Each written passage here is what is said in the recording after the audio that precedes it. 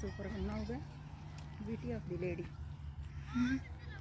చెవిలో పూతంటే సైడ్ నుంచి ఫోటో తీస్తే భలేకుంటాడు.